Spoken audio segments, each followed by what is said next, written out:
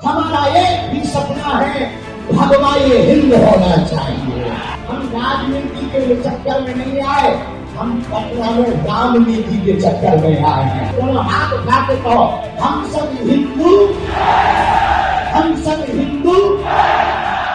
बागेश्वर धाम पीठाधीश्वर पंडित धीरेन्द्र कृष्ण शास्त्री की तरफ से 7 से 16 नवंबर के बीच दिल्ली से वृंदावन तक सनातन हिंदू एकता पदयात्रा निकाली जाएगी और यह यात्रा हिंदू राष्ट्र की मांग के लिए होगा। यानी धीरेन्द्र शास्त्री हिंदू राष्ट्र की मांग कर रहे हैं और इसका विरोध शुरू हो गया है।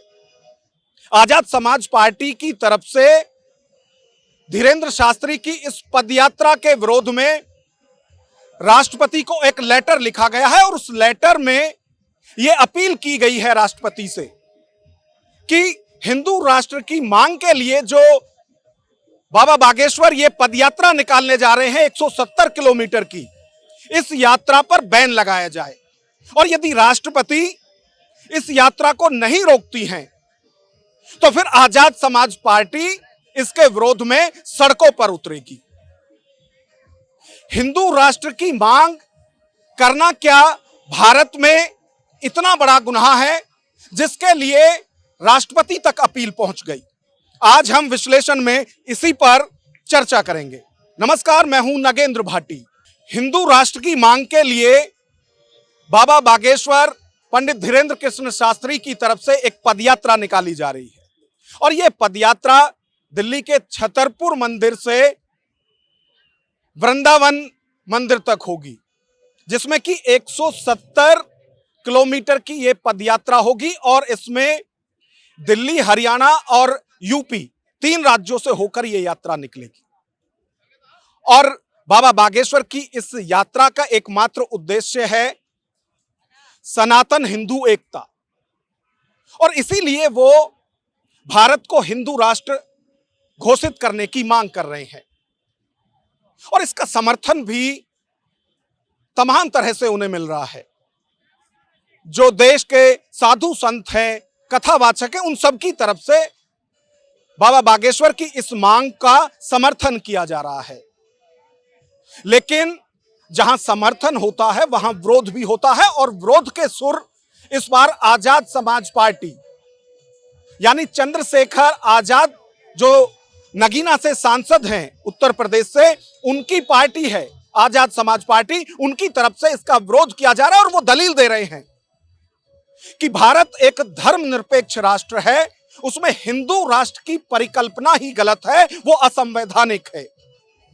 वहीं दूसरी तरफ यदि बाबा बागेश्वर की बात की जाए तो उनकी तरफ से भी इस यात्रा को सफल बनाने की अपील लोगों से की जा रही है और वो इसमें कह रहे हैं कि भारत हिंदू राष्ट्र घोषित होना चाहिए।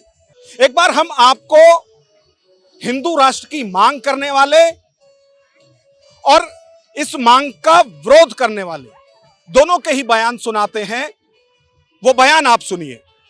नवंबर से 16 नवंबर तक हिंदू राष्ट्र बनाने के लिए हम अपने जीवन काल की पदयात्रा करने जा रहे हैं, दिल्ली से वृंदावन तक। उसी की अर्जी लगाने भगवान सिद्धि विनायक गणपति भगवान के चरणों में आए हैं। बागेश्वर बालाजी सनातन मठ भिवंडी में जो है बालाजी का, वहाँ 3 दिवसीय आयोजन करने आए थे। भगवान गणपति की से हम प्रार्थना कर रहे हैं जल्दी भारत हिंदू राष्ट्र घोषित हो और सिद्धि विनायक भगवान जल्दी से जल्दी सभी हिंदुओं को सद्बुद्धि दें और भारत को हिंदू राष्ट्र बनाने में वो प्रयत्न करें और भारत से लव जिहाद बंद हो। देखिए, धीरेन्द्र शास्त्री हो, अनिरुद्धाचार्य हो, रामभद्राचार्य हो, एक देवकी नंदन है वो हो, एक प्रदीप मिश्रा हो, ये सारे के सारे लोग देश में अंधविश्वास, पाखंड और आडंबर फैलाने का काम कर रहे हैं। लेकिन इसको तो हम झेल रहे थे कि चलो वो अपनी दुकानें चला रहे हैं मंचे लगा के, लेकिन अब उन्होंने जो काम शुरू किया है वो देश को तोड़ने का काम है।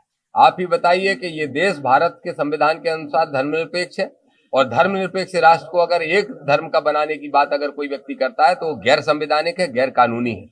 सांप्रदायिक सौहार्द को बिगाड़ने का काम धीरेन्द्र शास्त्री इस यात्रा के माध्यम से कर रहे हैं, जिसमें वो हिंदू राष्ट्र को बनाने को लेकर यात्रा निकाल रहे हैं। उनकी यात्रा दिल्ली से वृंदावन तक हो रही है। हमने राष्ट्रपति जी को चिट्ठी लिखी और मांग की है कि यात्रा को तत्काल रोका जाए। नहीं रोकी गई तो हम सड़कों पे उतर के भी आंदोलन करके विरोध प्रदर्शन करेंगे। चंद्रशेखर आजाद उत्तर प्रदेश के नगीना से सांसद हैं। उनकी पार्टी है आजाद समाज पार्टी।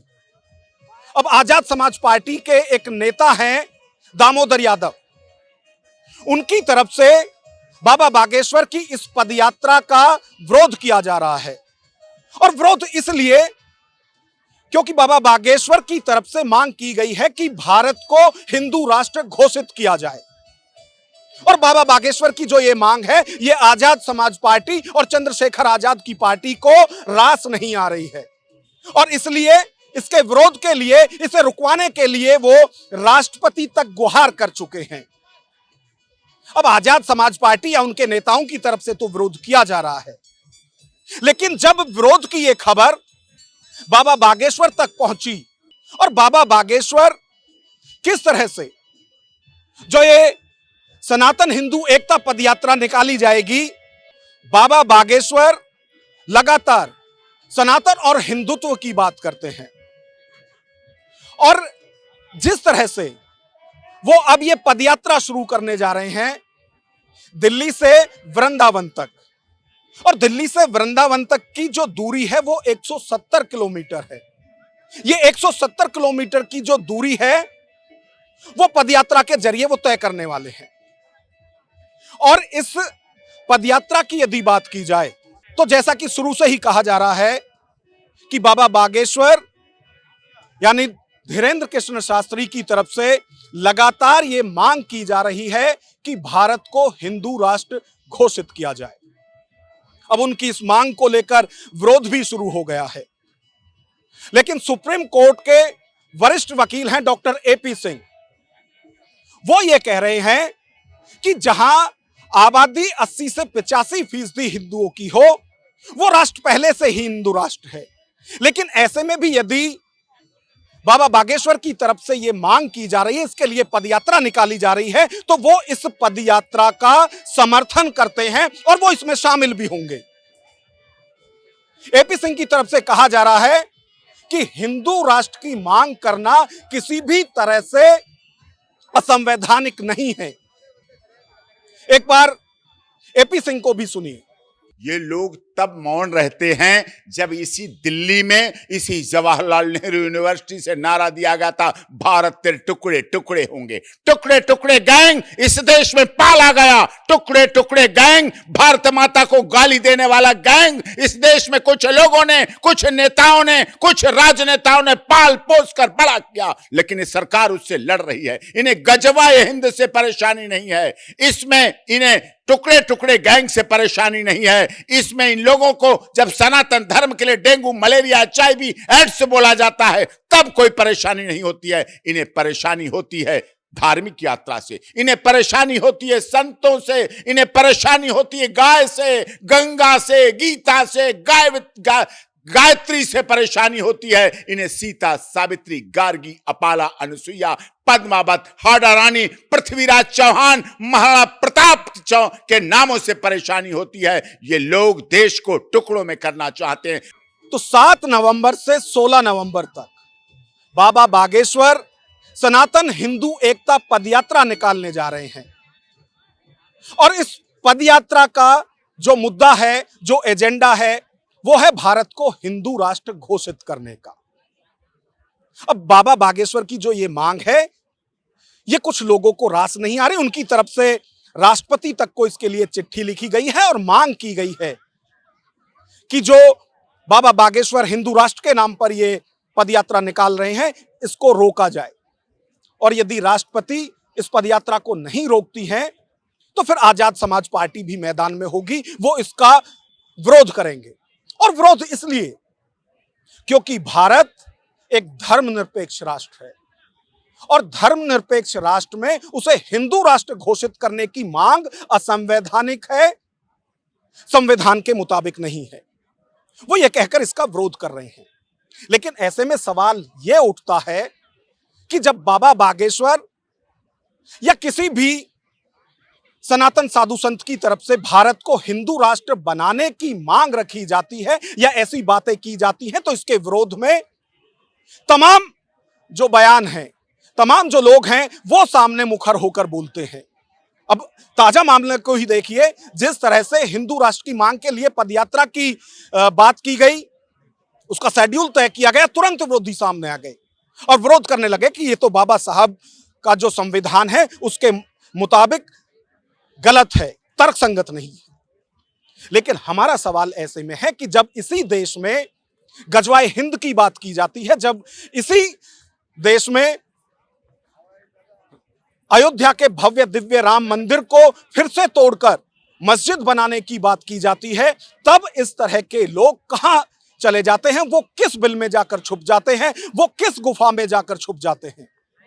लेकिन जैसे ही हिंदू राष्ट्र या सनातन की बात होती है तो तुरंत इस तरह के लोग विरोध करने के लिए सबके सामने आ जाते हैं। सवाल यही है कि जब गजवाए हिंद की बात होगी तो हिंदू राष्ट्र की बात भी असंवैधानिक नहीं होगी।